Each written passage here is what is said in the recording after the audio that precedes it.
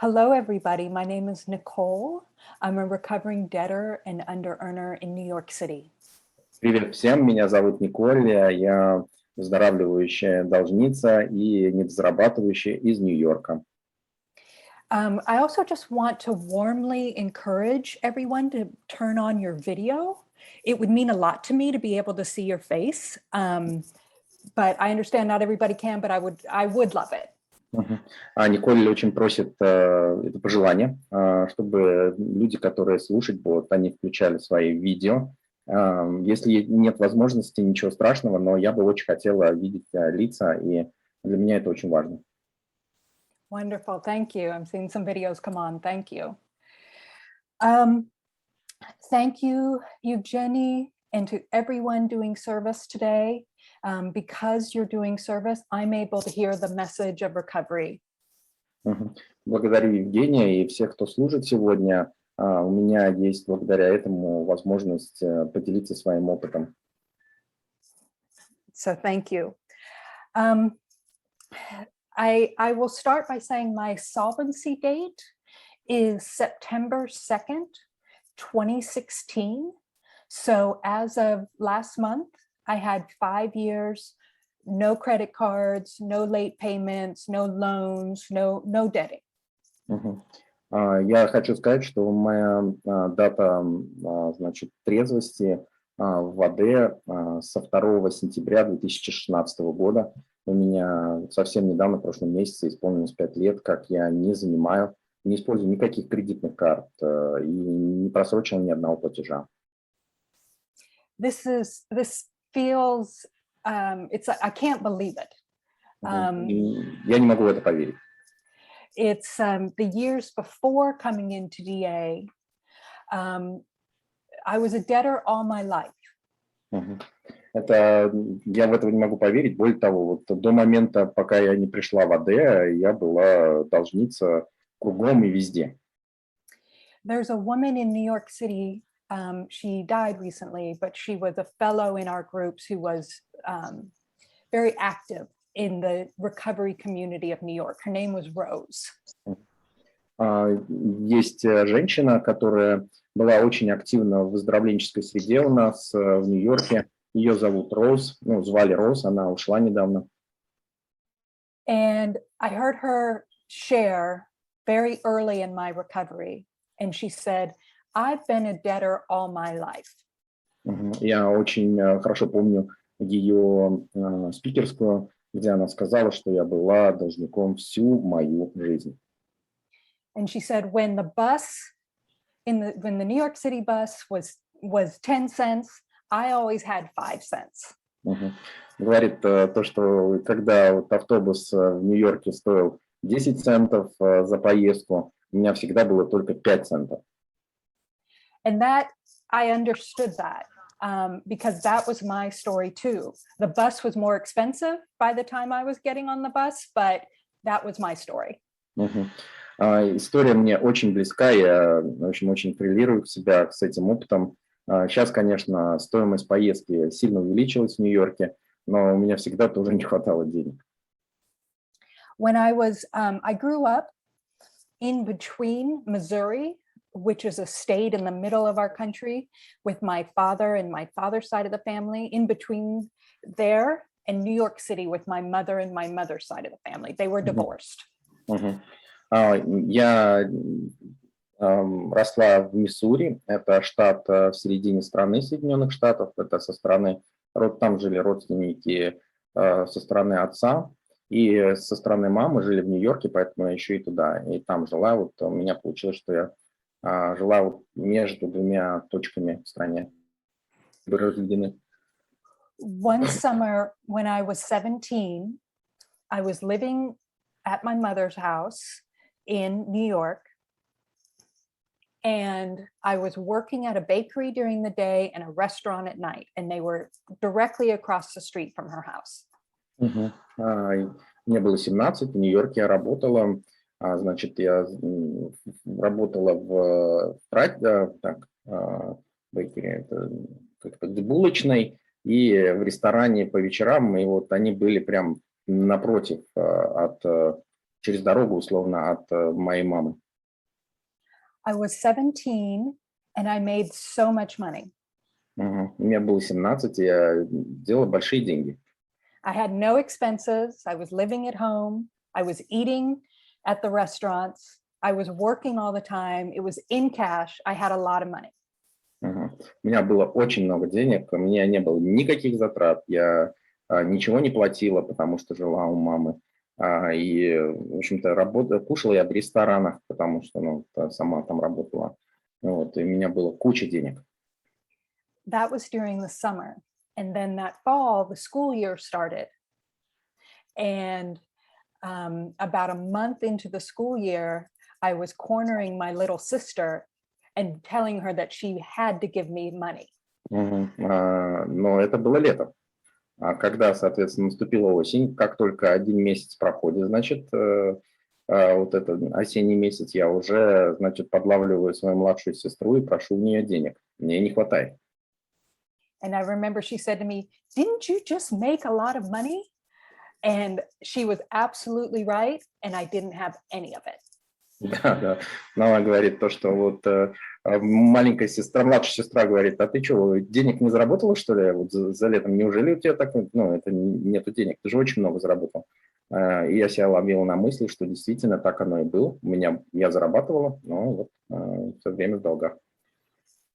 So that was how that was very early. That was really my first job, was just not, I had no clarity around money. I was always surprised when I needed money. I had no way of planning for the future, even when the future was next week. Мгм. Вот это вот, в общем-то, это показывает, как моя первая работа, и что у меня не было никакой ясности относительно денег, их ценности, и, в общем-то, очень показательный для меня момент, что должничество. So spiritually, I was in a place where I constantly felt like I never had enough. Мгм. С духовной точки зрения я чувствовал себя постоянно, что мне чего-то не хватает. Не хватает глубины, не хватает чего-то прям конкретно важного. And this went on for years. I mean, I remember one time, probably 10 years later, I overheard my mother and my sister talking. Я вспоминаю, что и это продолжалось десятками лет. Вот я вспоминаю, что в один из периодов я слышала, как моя мама и моя сестра разговаривали между собой. And it was around Christmas time, and they were talking about what to get me for Christmas. And go ahead. И они, значит, обсуждали, что же мне подарить на Рождество. Это было в период Рождества, праздник этого. And my mother said to my sister, "You can get her anything because she always needs everything." Мгм. Можно, говорит, подарить ей что угодно, потому что ей всегда всего не хватает и постоянно что-то нужно. And I was probably about 30 years old then. На тот момент мне, скорее всего, было где-то в районе 30 лет. So that's how, that's just how I ran my life, with a complete disconnect about money and my own self-worth. Это вот то, как расходилось мое понимание, и вот не было связи между деньгами и того, чего я стою, чего я достойна. And this showed itself in my relationships, in my professional life, in all sorts of ways for many years. Да, это было, в общем-то, правдой для моих отношений, для моей, значит, карьеры и для моей профессиональной вот деятельности, во всем. Вот это было. Во всем мне всего не хватало. In November of 2009, I got sober from alcohol. В ноябре 2009 я протрезвел в параллельном сообществе в алкоголиках. And I no longer had the escape of losing myself in the alcohol and not worrying about, I was suddenly very awake to the pain of my money problems.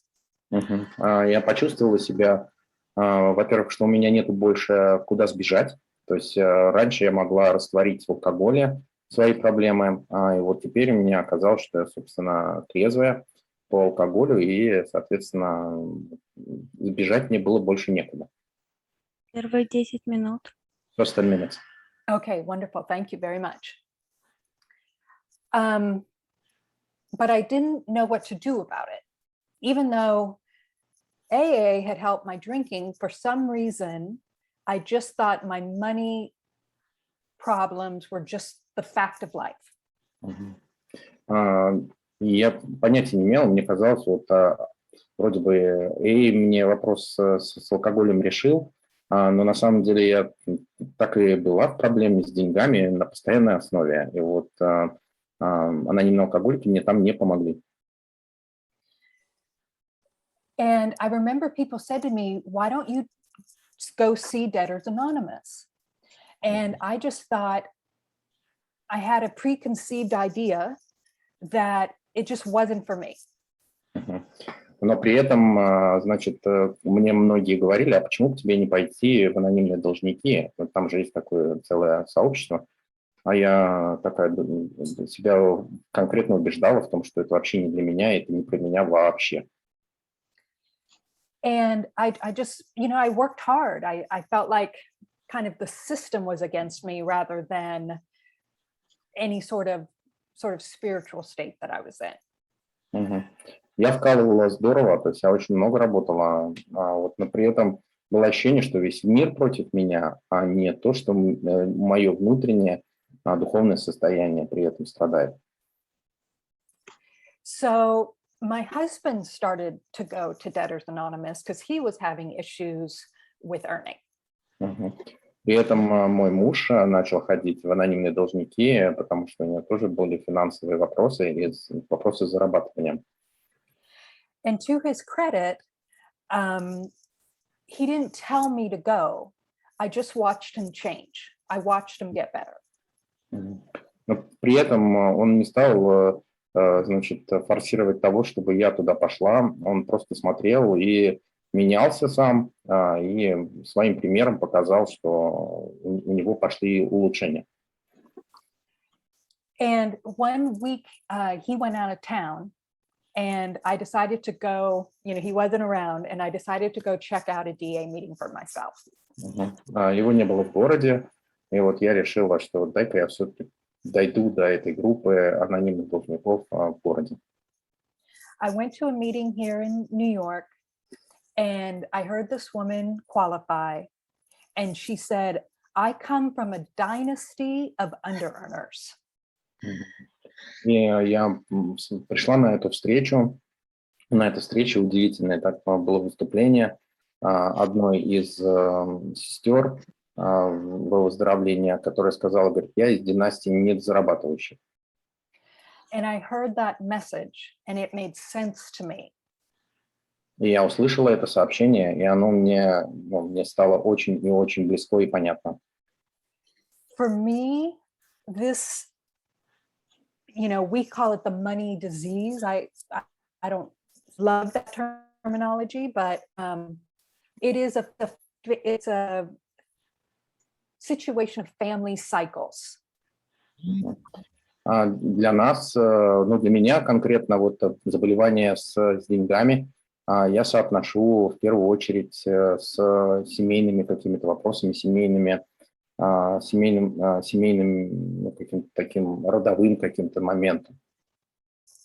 So I had my first PRG, and I had 4 credit cards, and I don't know if Russia uses credit cards, but here for me, that was my poison.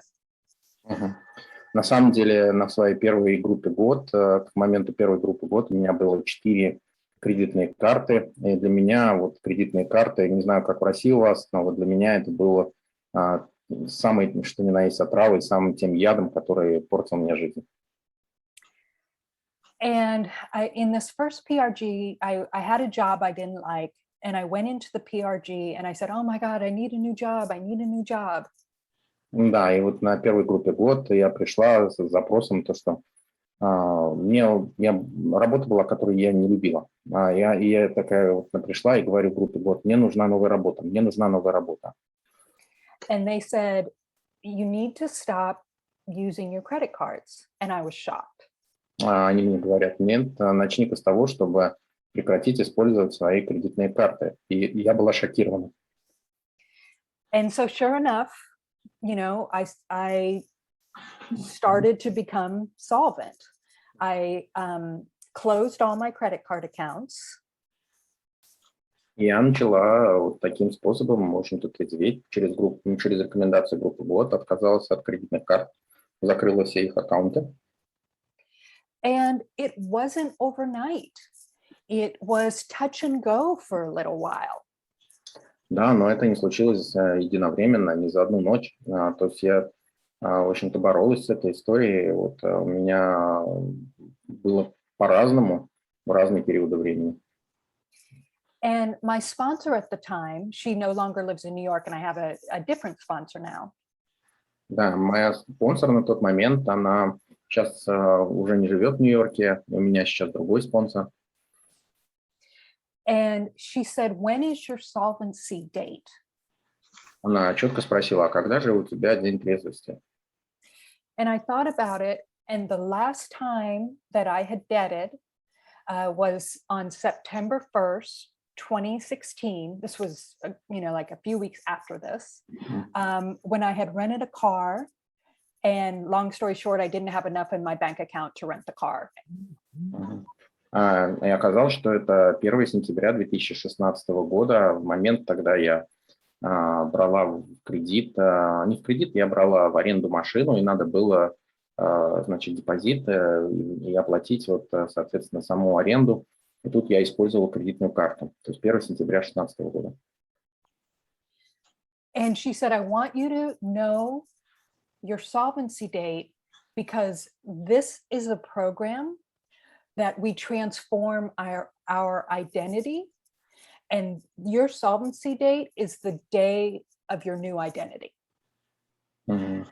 Наша программа, сказал мой спонсор, это программа изменения и идентификации. Или вот когда мы обозначаем дату своей трезвости или дату прекращения употребления долгов, соответственно, это новое перерождение в какой-то форме. Вот, и это твоя новая идентификация. And in that first year, sometimes I had very little money, and I would say, but I don't feel solvent, and she would say to me, but you're not debting today. Часто бывали случаи, когда у меня было очень мало денег, и я не чувствовала себя трезвой, но спонсор в тот момент сказал, слушай, ты не занимаешь только один день, и это уже означает, что ты трезвая. Пожалуйста, выключите микрофоны, очень мешает проведению собрания. So now I start living my life in the mind and spirit of solvency rather than debting, and it's a revolution. It's like an internal revolution. И внутри происходит очень значительное изменение, какое-то внутри происходит революция в понимании и в ощущении. Вот. И для меня это вот изменение состояния. That winter, I had my first ever solvent Christmas. Той зимой у меня впервые состоялось трезвое празднование Рождества. I used to get gifts for people, but I'd get them all on credit cards, and I would just act like everything was fine. But meanwhile, I was giving with debt. В моменте до этого я, конечно, очень много тратила кредитных средств на подарки своим близким, и у меня было понимание, вот теперь у меня есть понимание, что тогда, на тот момент, я раздавала эти подарки с тем, что я, в общем-то, была должницей. То есть я, по сути, брала их в кредит. So the guy on my PRG team, we've been working together for 5 years now. He's a chef. Значит, наставник мой мужчина-наставник, с которым мы уже 5 лет, вот группы год проводим совместные, то есть мой наставник, он повар в ресторане. And Вторые that, 10 минут. Yeah, second 10 minutes. okay, great. So is there, how much more time does that mean? 20 minutes more. Okay, great. Okay, thank you. And he said, that winter, he said, would you like to work some of my parties, to help you earn some money for the holidays? А он мне предложил, говорит, а почему бы тебе со мной не поработать, обслуживая вечеринки, на которых, соответственно, будет возможность тебе заработать немножко денег, потому что в праздники их много. And I had done that kind of work quite a bit before, but this time I was doing it with the goal of staying solvent, and it was a completely different mindset. На тот момент я делала подобное уже и не раз в жизни, но тут изменилось отношение к этому деланию. На самом деле вот эта работа была для меня для того, чтобы остаться трезвой, и это прям полное изменение сознания. And I remember we went to a party, we worked a party at a very fancy townhouse in Manhattan. Я помню, тогда мы, обслуживали, вечеринку в очень интересном месте.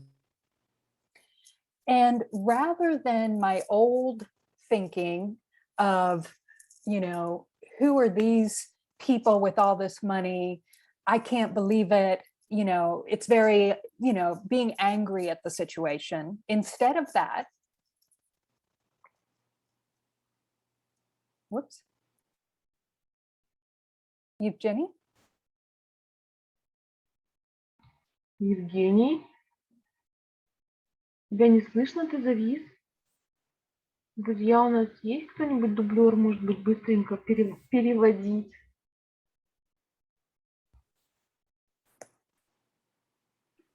Сейчас. Так, Евгений выключился. Сейчас я думаю, перезагрузится. Я могу переводить, пока Евгения нет. Давай, Катя, большое тебе спасибо. Давай. Yeah, hi, Николь. I will translate you while Евгений... Я вернулся. О, Женечка, все. Ага. Okay. Yeah, I'm sorry, something happened to my laptop. I don't know. It's No problem. yeah, we can continue. So let's do this. Thank you very much. So on the chef, where he offered you to serve on a fancy restaurant, fancy place, yeah? Exactly. So we're working in this fancy home. And normally before DA, my spirit would have been very angry at these people that had all this money. Раньше, до АД, в общем-то, когда я пришла в подобное место, я бы чувствовала себя, в зависти, что ли, или вот очень была бы зла на тех людей, у которых вот такое крутое место. Before DA, I'm very self-obsessed about my financial situation, and I feel very separate from other people. Да, на тот момент до АД у меня было очень четкое понимание того, что я очень бы переживала или, как сказать, я была прям одержима своей финансовой ситуацией и отношению к другим людям в части того, сколько и чего они зарабатывают. So we go to work this party, and my spirit is changing, and I want to do a good job for my friend who's invited me to work. На тот момент у меня было четкое ощущение, что я вот пришла уже зарабатывать по-другому. И я очень хотела помочь человеку, который мне помогает, с тем, что, соответственно, и в моем выздоровлении, и, в общем-то, помогает мне в целом заработать эти деньги. And so instead of spending the night working and being resentful about it, I have a change of heart where I'm grateful for the work. I'm grateful to be physically able to do the work, and I'm grateful to be in a beautiful place. Но на тот момент я пришла туда с благодарностью к человеку, который мне решил помочь. потом с благодарностью за то место, где я находилась, и вот с благодарностью за то, чтобы прийти поработать в таком месте. And so that was really, you know, in some ways, I think of that night as when everything began to change. И, возможно, тот день вот как раз случилась вот эта вот трансформация моя, прям произошел прям перелом, вот разворот, скажем так, когда многое стало меняться. A few nights later, I was at a meeting in New York. Через несколько дней я была на встрече в Нью-Йорке. And I shared this story with the room, the story about working this party. Да, и я поделилась о том, что я работала вот на этой вечеринке с группой братьев и сестер выздоровлений в АД. And then I was sitting next to a man who's been solvent a long time, a really nice guy. And when the meeting finished, he said to me, I remember when my heart started to melt too. Right. Значит, я сидела рядом с мужчиной с большим сроком трезвости на тот момент, и очень хороший человек, и он мне сказал, я, говорит, тоже помню, как мое сердце начало оттаивать тоже. Вот, поэтому я помню этот день. And so today I'm very grateful to be in DA and especially be able to share my story with you. Я сегодня настолько признательна, что я вот нахожусь в АД, и особенно тому факту, что я могу с вами поделиться вот своей силой, надеждой и опытом. I haven't used a credit card in over 5 years. Более 5 лет я не использую ни одной кредитной карты. I'm a writer. Я писатель. I write for businesses and helping them communicate their business messages and gain new clients. Я пишу для бизнес-предприятий и помогаю им правильнее или, как сказать, эффективнее доносить их предложения до конечных потребителей. I've worked the 12 steps of DA. Я проработал 12 шагов в АД. You know, I had a very powerful experience through the steps as well. I'm trying to think. We've got about 10 more minutes. Дин, сколько времени еще осталось? Сейчас прошло 7 минут от последних и еще 13 в общей сложности. Благодарю. 13 minutes is left. We can add one or 2 minutes because of this swap if you need. Okay, no problem. No problem. Thank you very much. So speaking of the steps, I'd like to share my experience with the second step. We came to believe a power greater than ourselves could restore us to sanity. И я прошла 12 шагов, они тоже были для меня очень серьезным инструментом изменения меня как личности. И когда говорю я о 12 шагах, то мне бы хотелось сегодня коснуться шага номер 2. Это как шаг, то, что мы признали, что есть сила более могущественная, чем мы, да. My husband and I have been together for 9 years, and we got married in 2016. С моим мужем мы женаты уже 9 лет, живем вместе 9 лет, и мы поженились в 2016 году. The week before our wedding, I decided I wanted to get him cufflinks, like cufflinks for his shirt, to wear on our wedding day. За неделю до нашей свадьбы я хотела купить ему запонки на рубашку для того, чтобы вот он надел на наше венчание, ну или на нашу свадьбу. But I was still struggling to get solvent, and I didn't have a lot of money. Но на тот момент я еще была не в состоянии платежеспособности, мне очень сложно было сохранять трезвость на тот момент. I wanted to be solvent, but I kept kind of falling back into loans, or I didn't have credit cards at this point, but I kept falling into problems around debting. Мгм. На тот момент у меня еще уже не было кредитных карт, но тем не менее я постоянно где-то что-то как-то перезанимала, вот какие-то такие моменты были. Я еще очень было сложно себя чувствовать достаточно трезвой. So the week before our wedding, I decided I wanted to gift him cufflinks. And there's a market where I live in Brooklyn, in Brooklyn in New York City. And there's a market, of like antique market near our house. And I was going to go to the market to get him cufflinks. Мгм. Я живу в Бруклине, и вот туда, куда я пошла покупать, значит, эти запонки, это специальный рынок. Вот на этом рынке,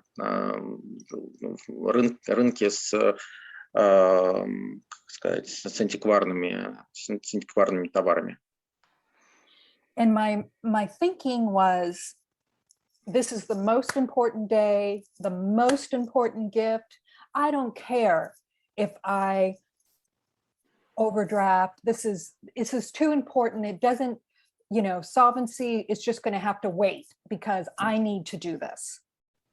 На тот момент я думала, что вот было у меня такое мышление, что это самый супер важный день в моей жизни. И моя, значит, трезвость может и подождать. Это самое важное, что я должна сделать в этой жизни, поэтому для меня это очень важно, поэтому я должна сделать это любой ценой. Третий 10 минут. 10 minutes are left. Thank you very much. But between me and the antique market, I had a meeting with my sponsor to read step 2. Но перед тем, как мне пойти покупать вот эти запонки, у меня была встреча с моим спонсором, на котором мы должны были почитать второй шаг.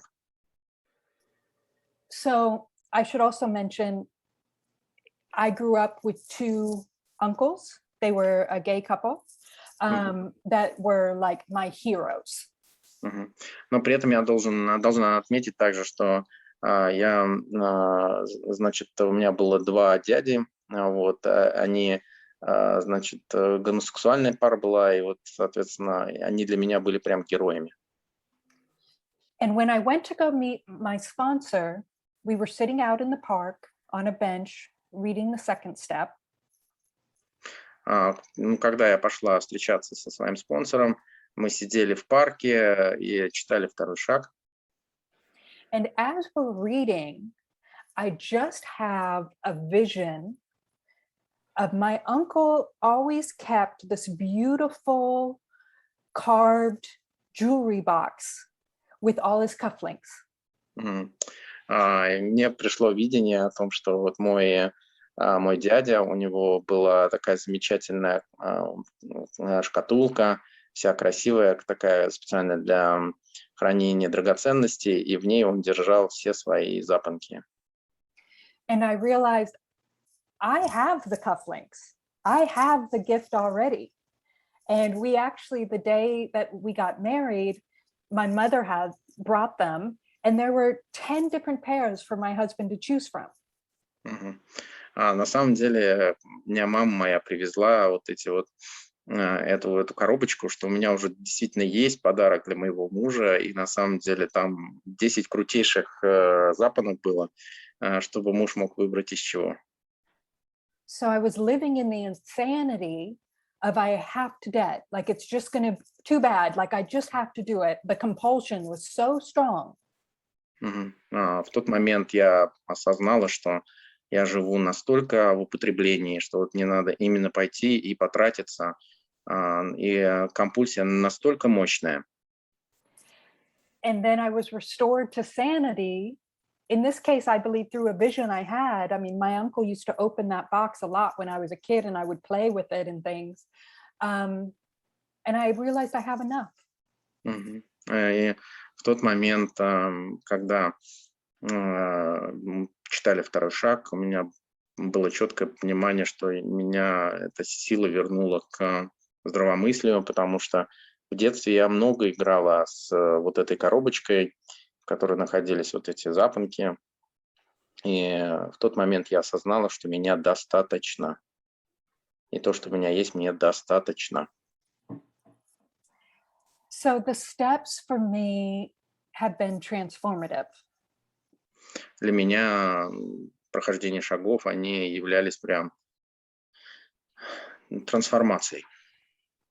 When I did the fourth step, I saw that I had a story, so many things, but one of the things, for example, was just my fear. Like I was really making decisions by fear. Четвертый шаг мне показал, что у меня вот моя история, она все время связана со страхами. And through, it surprised me to realize I had a part in my life. Да, и меня тогда очень поразило, что вот у меня есть часть моей жизни, которая для меня, да, и вот поразило меня то, что у меня есть своя часть жизни, моя персональная часть. So, yeah, I did the fourth step and the fifth step, working my amends. I've made amends to people I love. Да, и на пятом шаге я делала очень много возмещения ущерба. Ой, не возмещения ущерба. Amends on fifth you did or on ninth step? On fifth you've, can you explain? Fifth is... On the fifth step is really just, I came to terms, I saw my disease for what it is. Окей, да. На пятом шаге у меня пришло осознание, что вот я действительно больна, и вот я принимаю свою болезнь, как она есть. Вот, на пятом шаге. And I think the number one thing that I learned from the steps is that I can change. И самое важное, что я поняла через прохождение шагов, что я реально могу поменяться. We have an expression that says, you can't teach an old dog new tricks. У нас в Америке есть устойчивое выражение, что нельзя научить старую собаку новым трюкам. But I laugh with my friends in recovery, but you can teach old dogs recovery. Да.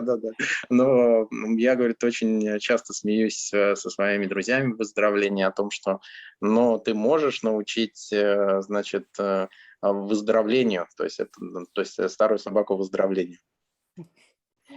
So, yeah,